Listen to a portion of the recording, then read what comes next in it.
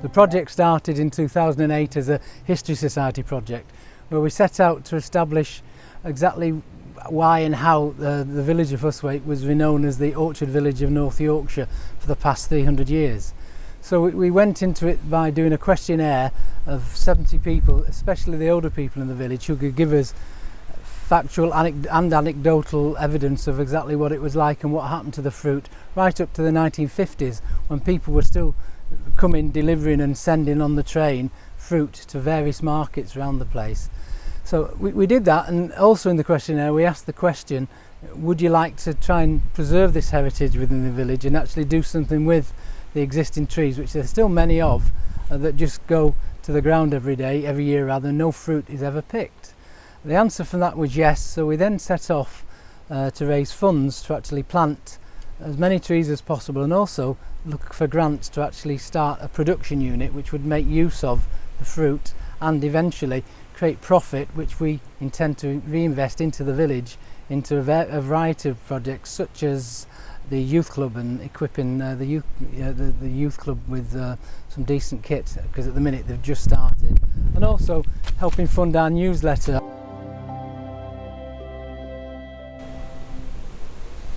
Here at the school we've planted 2 orchards, a traditional orchard of pear, plum and apple, and also a vintage orchard of all the apples that originate from Yorkshire, which is some 18-19 varieties. The idea being that we actually encourage the children to get involved in the project, and also to learn and be part of making the project work. So to that end we do workshops with the kids whereby we show them how to graft trees and create young trees, and also we do pressing of fruit, which is eventually coming from the orchards in the school themselves. So all in all it becomes part of their curriculum every year that we engage and do work, and they actually help us do a bit of pruning and eventually picking the fruit. This is the production unit where we've had the health department, the customs and excise and all the other licensing authorities approve us and pass us as being fit to produce food, and in our case beverages. So what we're doing here is we take the raw juice, we pasteurise it in that machine, bottle it into one sink, wash the bottle off, then bring it over here in these trolleys and label it behind me. And then from here it goes into the next unit, which is the storage unit, and it sits there until we hopefully sell it.